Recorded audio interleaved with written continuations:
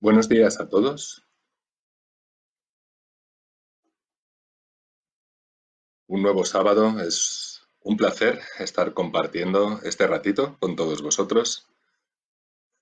Gracias por decidir uniros a estos seminarios de formación virtual. Ya se está convirtiendo casi en tradición durante esta cuarentena poder estar juntos durante esta hora de 12 a 1 todos los sábados. Como sabéis, hemos hecho un doodle entre los que han querido participar. Y aunque ha estado muy ajustado por los comentarios recibidos, el próximo sábado, como reflejaremos al final, hablaremos sobre uveitis posteriores. Quizás sea un tema un poco más específico de oftalmología, pero es cierto que es muy atractivo y confiamos en que sea de vuestro agrado también.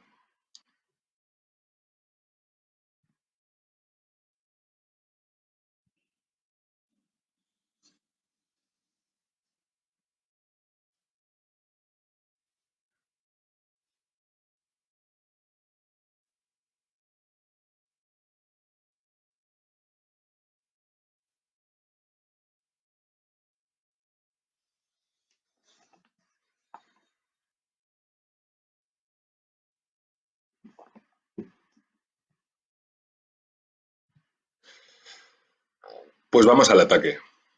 Si recordáis, el sábado pasado dejamos un poco en el aire toda la parte de las formas precoces e intermedias de degeneración macular. Casos como estos. Habitualmente nos enfrentamos a estos pacientes con un examen de fondo de ojo pensando que eso es suficiente y sin ningún género de duda, a fecha de hoy podemos estar totalmente seguros que si a esos fondos de ojo que vemos no les completamos con más pruebas, no sabríamos que el caso de arriba corresponde a una mujer totalmente asintomática en ese ojo, con una visión de 0,9, mientras que el de abajo corresponde a una mujer con síntomas severos y una visión inferior a 0,5. Vemos con la OCT estructural muchísimos detalles que de otra forma pasarían desapercibidos, así que no nos cansaremos de insistir. Analizar de manera precisa con OCT la región macular de nuestros pacientes es algo nada trivial y sí fundamental para entender los problemas que tienen y, como vamos a ver incluso, para ofrecerles un pronóstico individualizado y un seguimiento adaptado a él.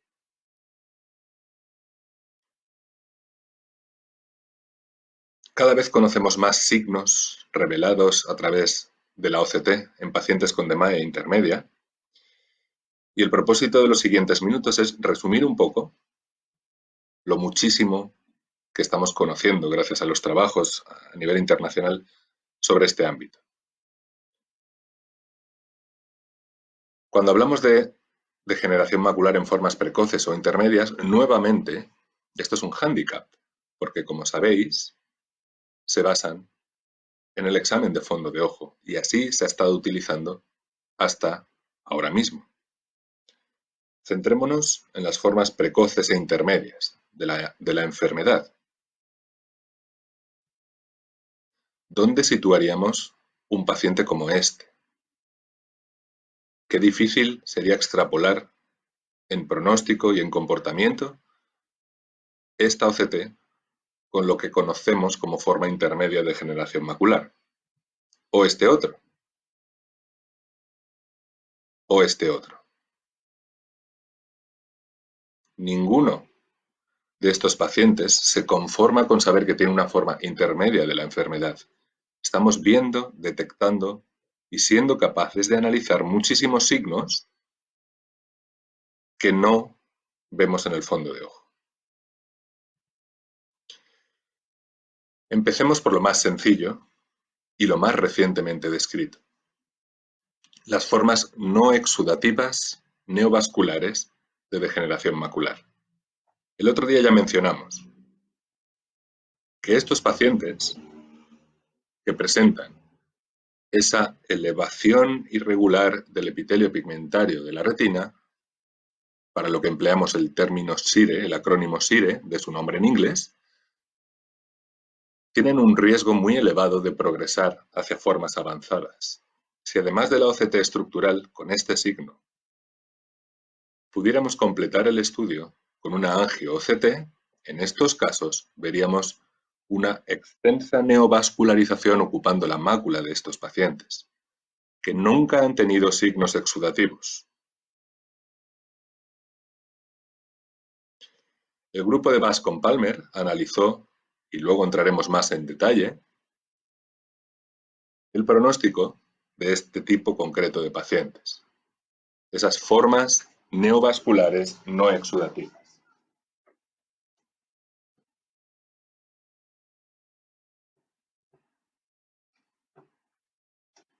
Descritas también mediante OCT estructural, tiempo atrás, por el grupo de Souillet y Kerkes, como neovascularización quiescente. Y ahí viene uno de los problemas, cómo denominar a estos casos. Para ser congruentes y coherentes entre todos, parece que la manera más sencilla de que haya un consenso para esto es definir estos pacientes como neovascularización macular no exudativa. Vamos a ver otro ejemplo. Hemos visto ya esa elevación irregular del epitelio pigmentario de la retina, o SIRE. Esta paciente presenta exactamente ese signo. Podemos, si no disponemos de OCTA, asumir que existe esa forma de neovascularización macular no exudativa. Con la OCTA se evidencia lo que ya sospechamos. Y otro ejemplo. Nuevamente una elevación irregular del epitelio pigmentario de la retina, un SIRE, sin ningún signo exudativo, sin ninguna historia de exudación y una evidente neovascularización en la imagen de OCTA. Volviendo a los trabajos excelentes del grupo de Bascom-Palmer liderados por Phil Rosenfeld, si cogiéramos un pool de pacientes con degeneración macular asociada a la edad en su forma intermedia, de acuerdo con las clasificaciones de fondo de ojo, este tipo de SIRE, este tipo de neovascularización macular no exudativa está presente entre un 10 y un 15% de casos cuando primeramente los vemos. En la evolución, estos pacientes con formas intermedias de la enfermedad desarrollarán en un 5 a 10% esa neovascularización no exudativa. De todos estos pacientes, ¿cuántos experimentarán un cambio a una forma exudativa que requiera tratamiento intravítreo antiangiogénico? Pues es bien sencillo. Si no presentan de entrada neovascularización no exudativa, entre un 5 y un 10% de pacientes al año o 2 años de seguimiento desarrollarán esta lesión.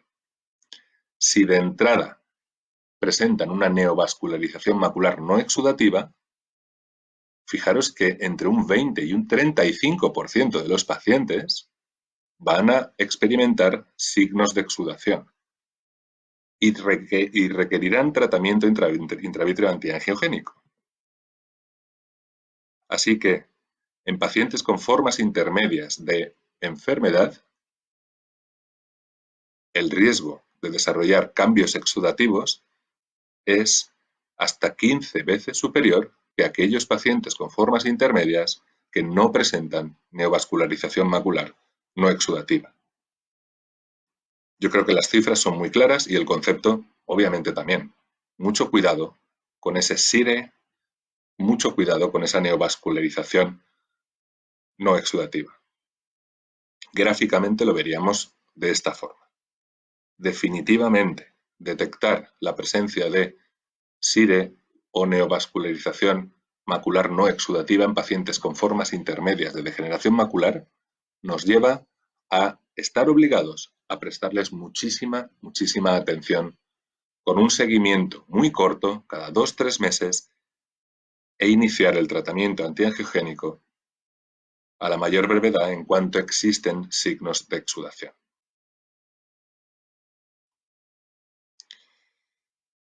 Y vamos al barro de signos confusos, no bien entendidos y muchas veces empleados de manera cambiante y no homogénea. Y esto, obviamente, nos conduce muchas veces a equivocación. Esta es la típica imagen de OCT de drusas cuticulares. Las drusas cuticulares, de acuerdo con los trabajos liderados por la doctora Curcio en los que participó Rosa Dolz, se caracterizan también por ese aspecto de código de barras que se ve tan bonito en esta imagen hacia la coroides. Esto es debido a la hipertransmisión de la luz generada por atrofia del epitelio pigmentario en el vértice de las drusas, de modo que por ahí penetra más la luz.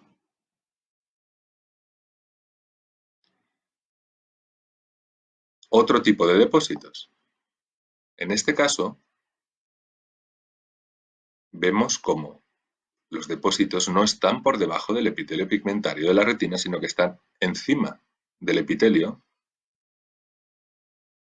en distintos patrones de mayor o menor tamaño y con un crecimiento hacia la retina mayor o menor. Estos son las pseudodrusas reticulares o depósitos drusenoides subretinianos, y es otro tipo de depósito muy relacionado con la degeneración macular asociada a la edad. Como vemos en la imagen, la tecnología multiespectral de fondo de ojo o multicolor permite visualizarlos con muchísima nitidez, pero es la OCT la prueba que mayor sensibilidad ofrece, porque la particularidad de estas lesiones es que están encima del epitelio pigmentario de la retina, en contra de las drusas cuticulares que hemos visto o de las drusas blandas que veremos a continuación. En este caso, estos depósitos drusenoides subretinianos están por encima del epitelio pigmentario de la retina y crecen hacia el interior del espesor de la retina. Si analizamos en este caso las líneas hiperreflectivas de la retina externa como conocemos, membrana limitante externa, elipsoides de los fotorreceptores, zona de interdigitación, vamos a ver en esta paciente como todas esas líneas están erosionadas. Hay una disrupción clara producida por el crecimiento de ese depósito drusenoide y esto genera alteraciones visuales obvias. Fijaros en este otro paciente cómo se ven de nítidos esos depósitos en la imagen de reflectancia infrarroja del fondo de ojo y cuán sutil son esos cambios a nivel de la OCT. Son depósitos drusenoides subretinianos en estadios más precoces que los que hemos visto previamente. Estos depósitos, a lo largo del tiempo, forman este tipo de depósito, posteriormente van creciendo de forma cónica hacia la retina. Pero en cualquier caso, los pacientes que los presentan se van a quejar de mucha pérdida de sensibilidad al contraste, de muchas dificultades para adaptarse en los cambios de luz a oscuridad y de una visión muy reducida en el contexto de baja luminosidad. La reflectancia infrarroja, el examen multiespectral de fondo de ojo multicolor, nos ayuda muchísimo a identificar el patrón que presentan estos depósitos. Pero la clave es la OCT, insisto, es muy importante identificarlos en cada uno de nuestros pacientes. Están por encima del epitelio pigmentario de la retina, no como el resto de drusas. Siempre por encima, en mayor o menor medida invadiendo la retina externa hacia la nuclear externa, pero siempre por encima del epitelio pigmentario. Se trata de lesiones subretinianas, crecen encima del epitelio pigmentario de la retina y no contienen los típicos marcadores histológicos de las drusas convencionales. Son depósitos diferentes. Suelen localizarse de inicio en la región temporal y superior de la mácula, pero desde ahí se extienden con los meses hacia la totalidad de la región macular. Con mucha frecuencia son bilaterales, aunque asimétricos en su comportamiento y evolución, y como ya hemos dicho, son lesiones evolutivas a lo largo de distintos estadios. Primero son muy planitas, forman pequeños montículos y posteriormente forman esos crecimientos cónicos.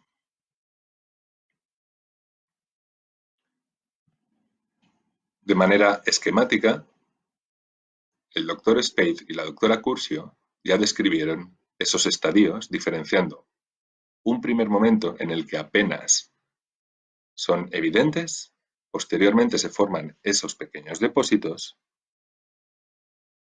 y, en tercer lugar, esos depósitos cónicos. En estadio precoz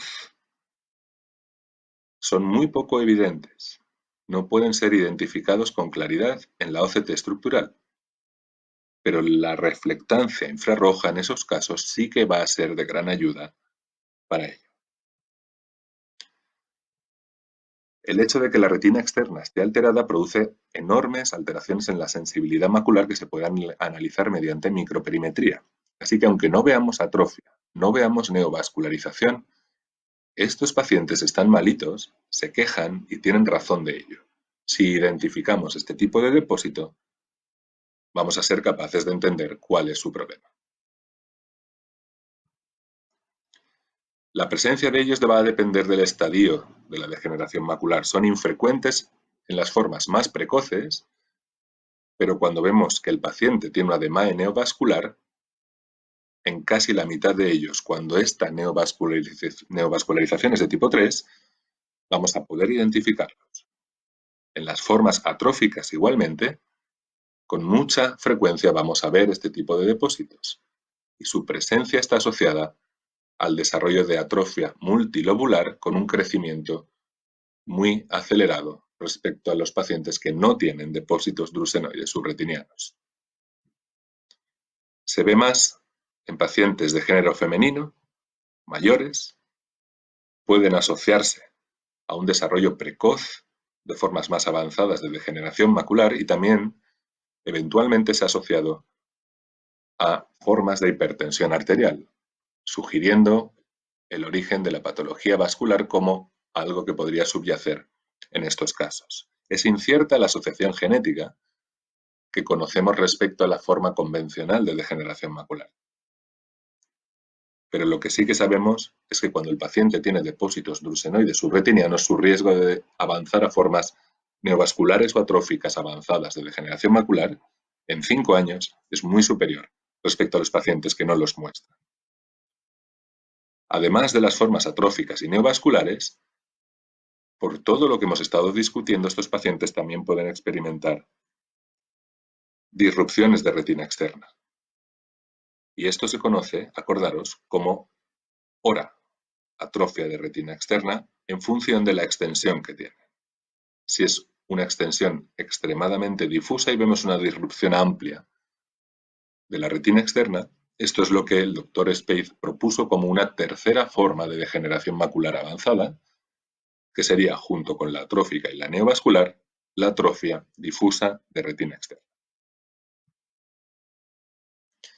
Espero haber dejado claro todo lo concerniente a los depósitos drusenoides subretinianos. Es muy importante detectarlos. Habéis visto el enorme riesgo que entraña el que un paciente tenga este tipo de depósitos en concreto.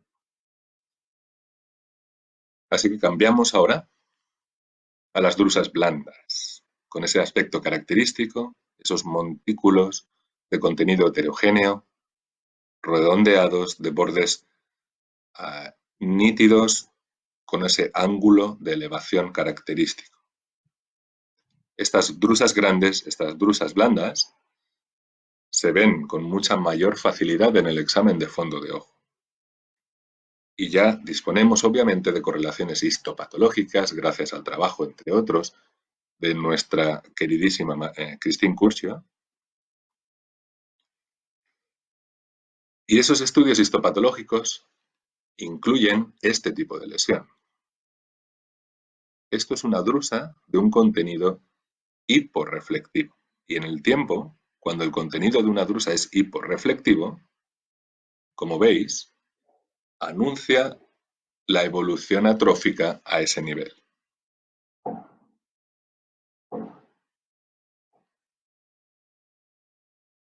Fijaros aquí, un área extensa de drusas en el corte central de la fóvea y cómo identificamos drusas de contenido vacío, también descritas en algunos artículos anteriores como drusas fantasma.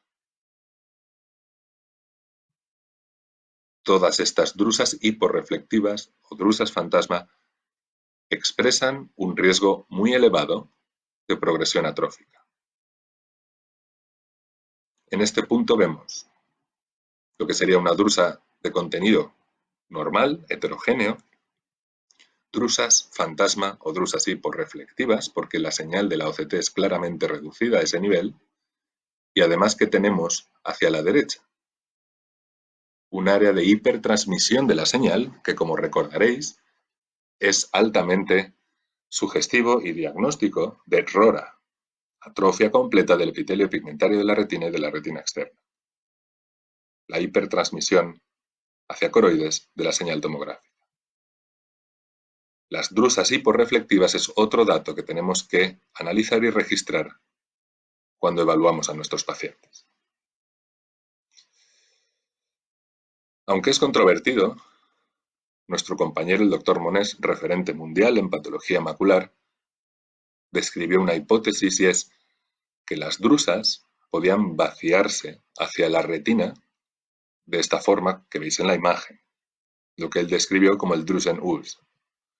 En el tiempo, el contenido de la drusa podría migrar de esta forma y vaciarse. Como digo, es un tema controvertido, pero bien merece darle crédito al Dr. Monés con su pensamiento original siempre y, por supuesto, siempre relevante.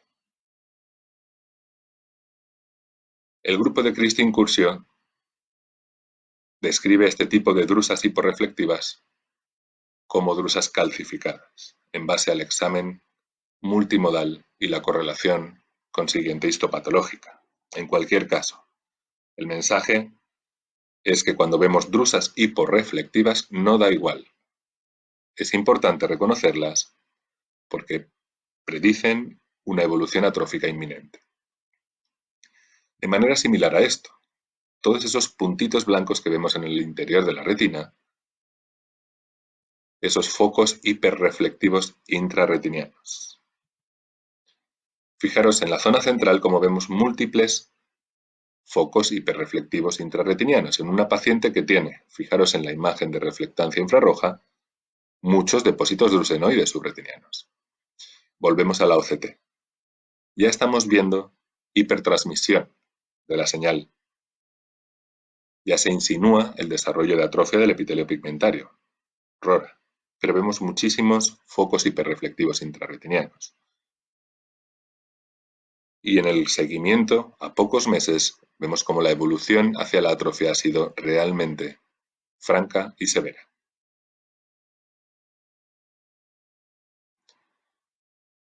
Los focos hiperreflectivos intrarretinianos se pueden analizar con cortes transversales, ubicándolos topográficamente y se pueden cuantificar con sistemas de análisis avanzado, de forma que conocemos con una significación estadística realmente elevada que su distribución, cuanto es mayor, conlleva mayor riesgo de evolución hacia formas neovasculares, pero sobre todo hacia formas atróficas.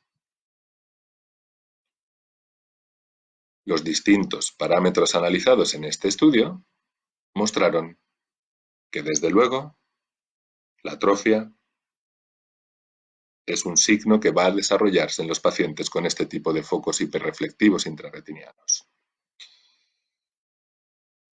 El doctor Vas Sada, que como sabéis, recientemente nos visitó en España en el mes de enero, propuso este nuevo sistema basado en OCT de estratificación del riesgo hacia formas avanzadas, de progresión a formas avanzadas, incluyendo como factores las drusas hiporreflectivas que acabamos de ver, los focos hiperreflectivos intrarretinianos que acabamos de ver, los depósitos drusenoides subretinianos que acabamos de ver. Y asimismo, como cuarto factor, que el área de ocupación de las drusas sea superior a 0,03 milímetros cúbicos, lo cual es bastante frecuente. Y se otorga un punto cuando está presente alguno de estos factores y 0 puntos cuando no, en un ojo y en el otro. De modo que, como veis en la tabla, el riesgo de progresión en 1, 2, 3 y 4 estadios de severidad conlleva que el riesgo de progresión a formas avanzadas de degeneración macular vaya del 0% en el grupo 1 a un 11% en el grupo 2, a casi un 50% en el grupo 3 y a casi un 75% de riesgo en el de tipo 4. 3 de cada 4 pacientes que tengan la mayoría de esos signos van a desarrollar formas avanzadas de la enfermedad en un seguimiento corto. Y esto yo creo que es muy relevante. Como veis, todo esto es más fehaciente cuando interpretamos la evolución hacia atrofia, pero no deja de ser relevante cuando interpretamos la progresión hacia neovascularización macular. Así que la propuesta, basándose en estas 4 categorías establecidas en función de los signos por OCT que hemos visto, sería algo como seguir anualmente a los pacientes en la categoría 1, semestralmente a los pacientes de la categoría 2, cada 3-4 meses a los pacientes en la categoría 3 y cada 2 o 3 meses a los pacientes en la categoría 4. Recordad que esto se refiere solamente a drusas hiporreflectivas, focos hiperreflectivos intrarretinianos, depósitos drusenoides subretinianos y volumen ocupado por las drusas. Antes ya vimos los fenómenos de neovascularización macular no exudativa, que como factor independiente asocian un riesgo elevadísimo de conversión a la forma neovascular exudativa avanzada. Así que tenemos una amalgama de signos que tenemos que conocer y analizar en cada uno de nuestros pacientes. Volviendo a los focos hiperreflectivos intrarretinianos, como decíamos, la distribución topográfica es muy importante, así que el número y distribución de ellos también tiene que ser algo que analicemos a través de todo el cubo de análisis macular que hemos hecho con la OCT. Fijaros en este paciente que se queja mucho de deslumbramiento, de pérdida de visión nocturna. Yo creo que ya estamos identificando esos depósitos drusenoides subretinianos en el lado temporal de la mácula y con ello podemos deducir que existe atrofia de retina externa.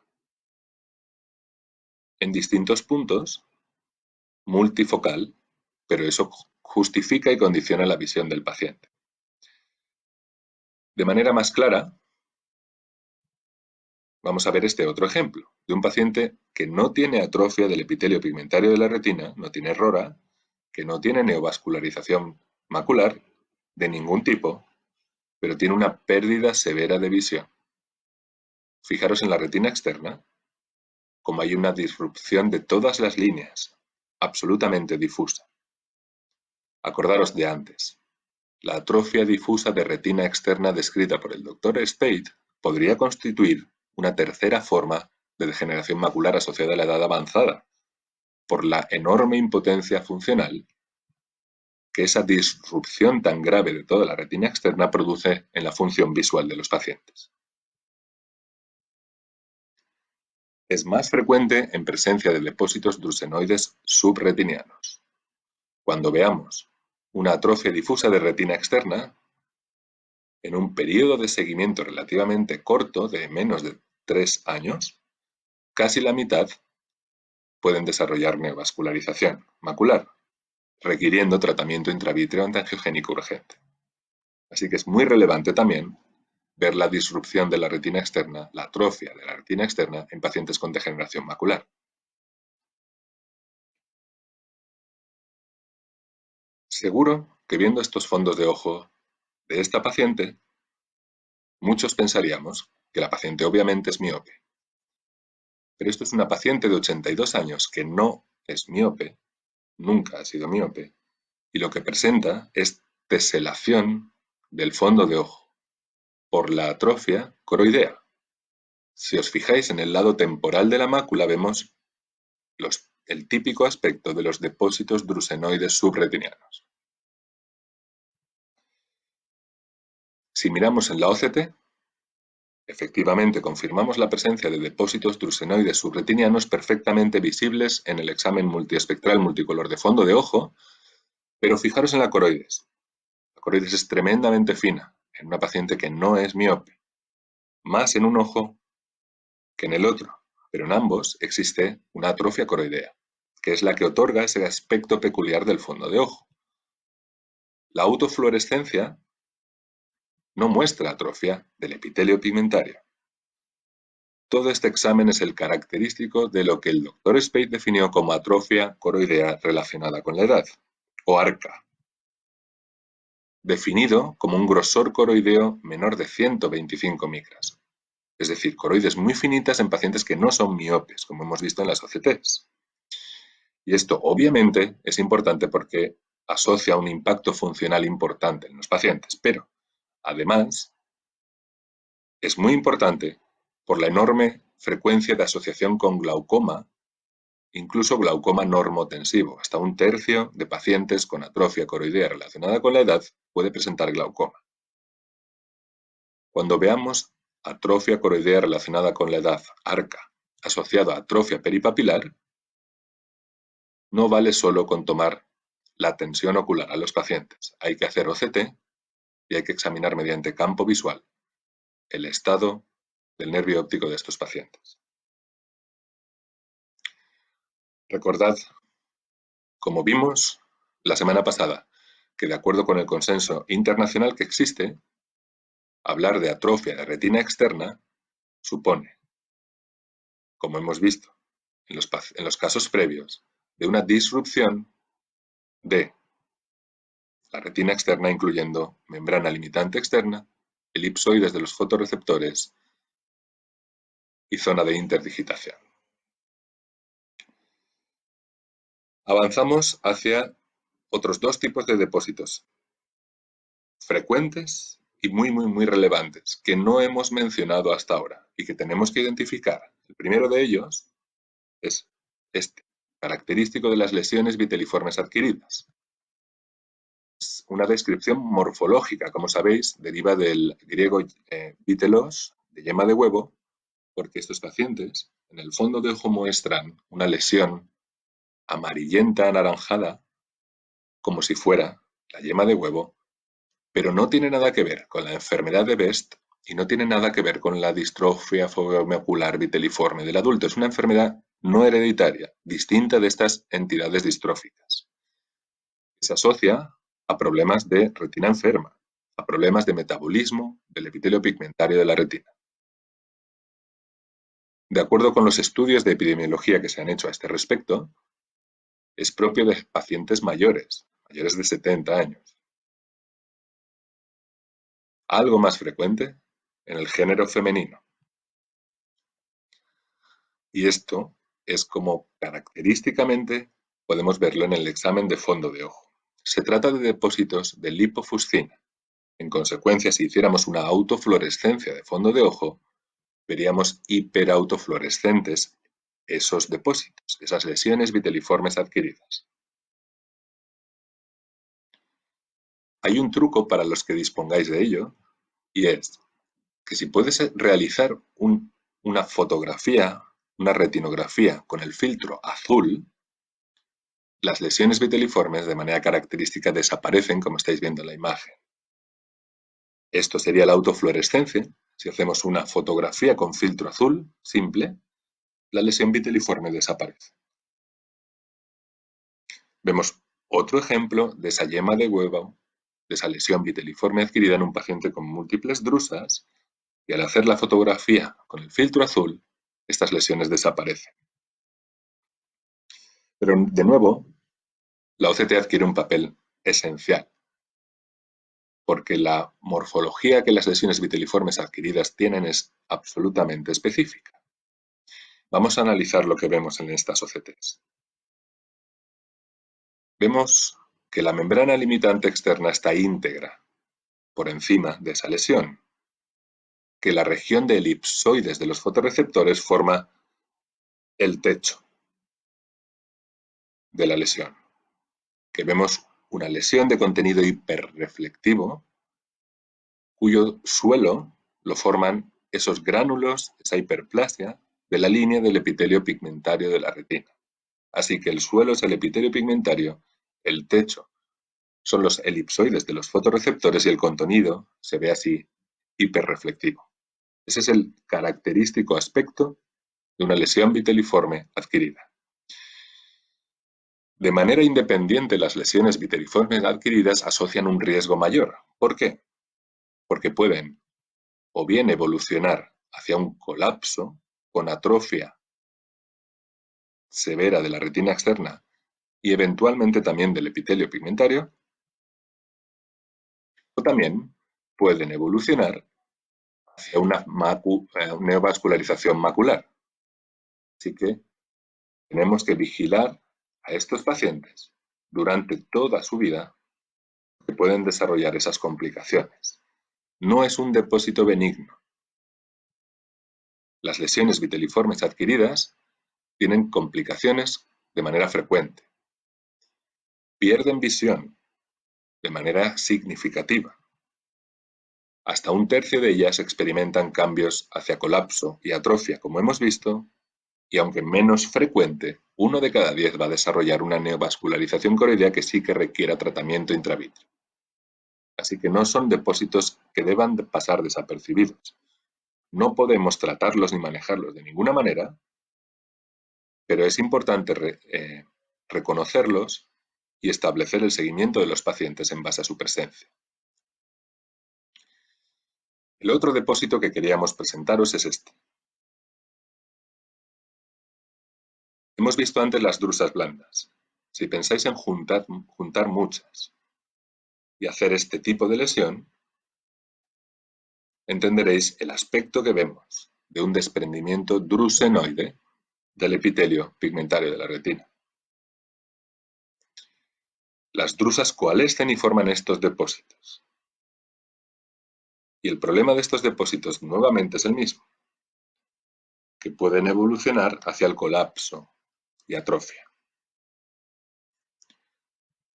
Han sido extensamente estudiados de manera muy reciente, así que sabemos que el ciclo de estos desprendimientos drusenoides del epitelio pigmentario es asimétrico, con una tasa de crecimiento, de extensión y de expansión del mismo relativamente lenta, con una velocidad de colapso enormemente rápida.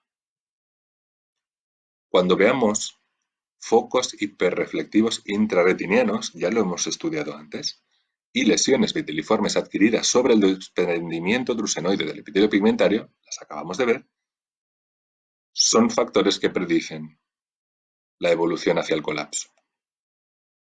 A mayor altura, volumen y diámetro de esos desprendimientos drusenoides del epitelio pigmentario de la retina, peor visión final.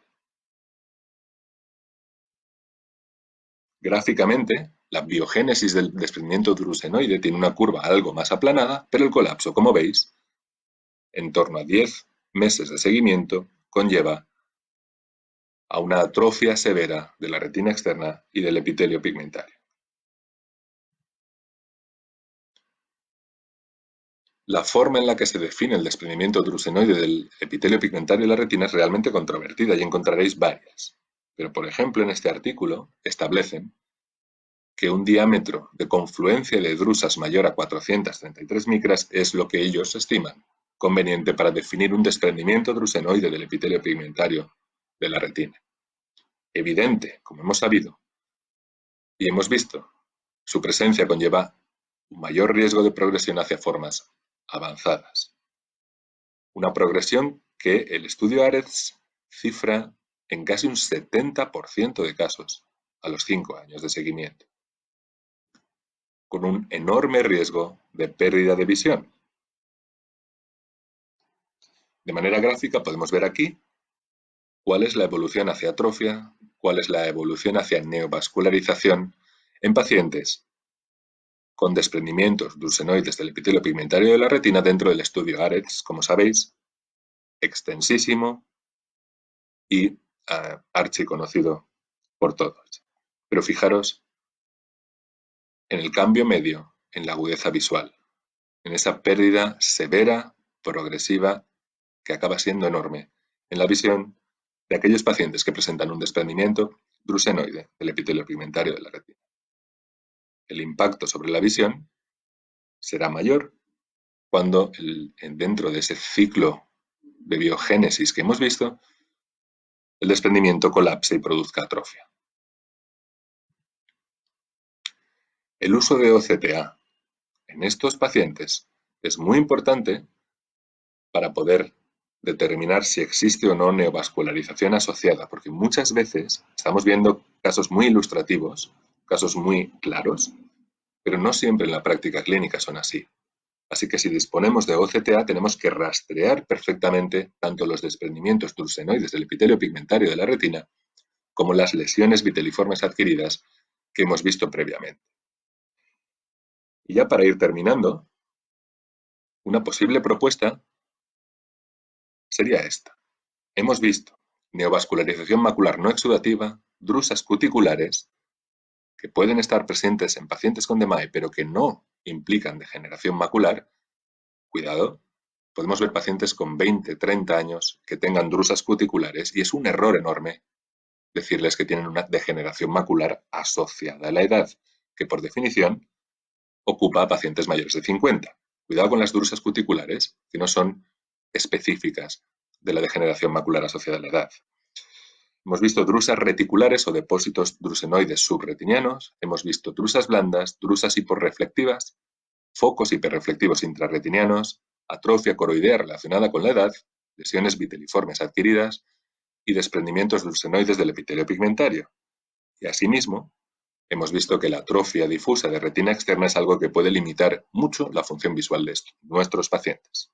Este sería un checklist bastante completo para pacientes con formas precoces intermedias de degeneración macular asociada a la edad y solamente tendríamos que cruzar lo que estamos viendo en las OCTs. Vamos a volver, para finalizar, a los casos con los que hemos empezado. Estas dos pacientes, vamos a puntuar este ojo.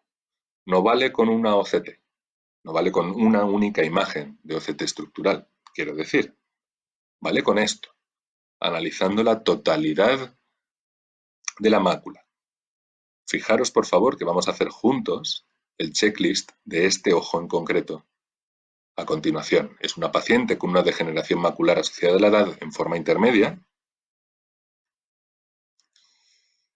y vamos a volver a verlo.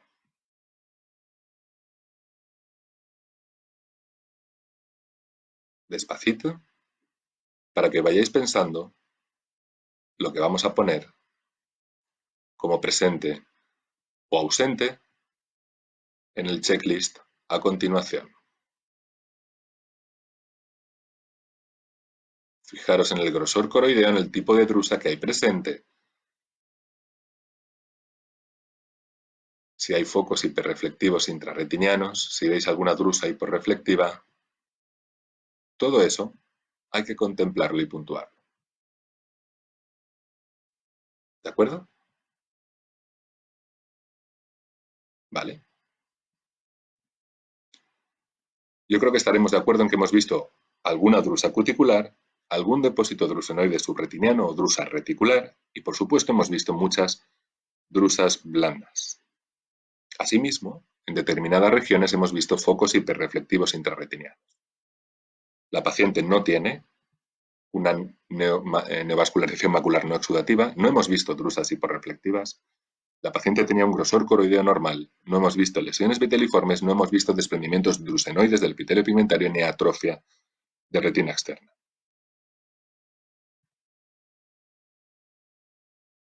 Volviendo al artículo del Dr. Sada, la puntuación en este caso sería 1 para, vamos por orden, 0 para drusas hiporreflectivas, 1 para focos hiperreflectivos intrarretinianos, 2 por la presencia de depósitos drusenoides subretinianos y 3 por la presencia de un volumen de drusas que ocupa más de 0,03 milímetros cúbicos.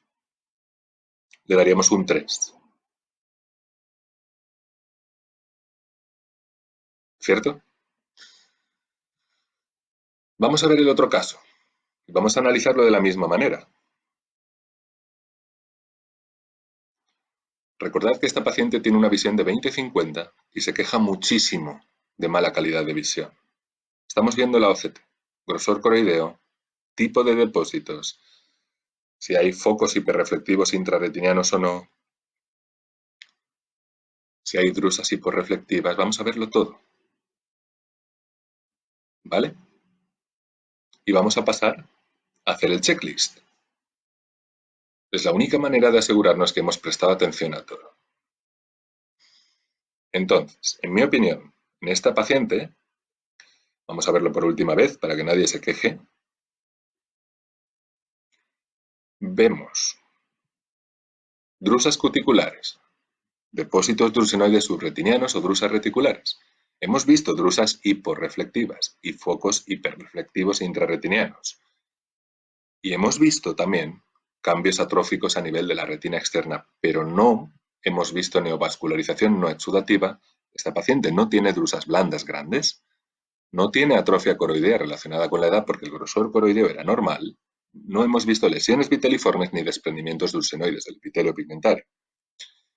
Siendo más concretos, de los signos propuestos por Vas-Sada para clasificar a esta paciente, asignaríamos un total de 4, porque hemos visto que había drusas hiporreflectivas, hemos visto focos hiperreflectivos intrarretinianos, hemos visto depósitos drusenoides subretinianos y hemos visto que el volumen de drusas evidentemente es muy extenso. 4 puntos para este caso. Si los dos ojos fueran igual, estaríamos hablando de que esta paciente tiene más de un 70% de riesgo de progresión a degeneración macular avanzada en el seguimiento inmediato. Luego tendríamos que estar cogiéndola de la mano y cuidándola mucho en periodos de tiempo cortos. Hasta aquí la presentación de hoy. Como os decía al principio, la semana que viene, el sábado día 18, a las 12 del mediodía en España. Gracias, por cierto, a los muchos amigos de Latinoamérica que se conectan a estas sesiones también. Hablaremos de uveitis posteriores. Por aclamación, de acuerdo con la encuesta de Doodle que compartimos, hablaremos de uveitis posteriores el próximo sábado.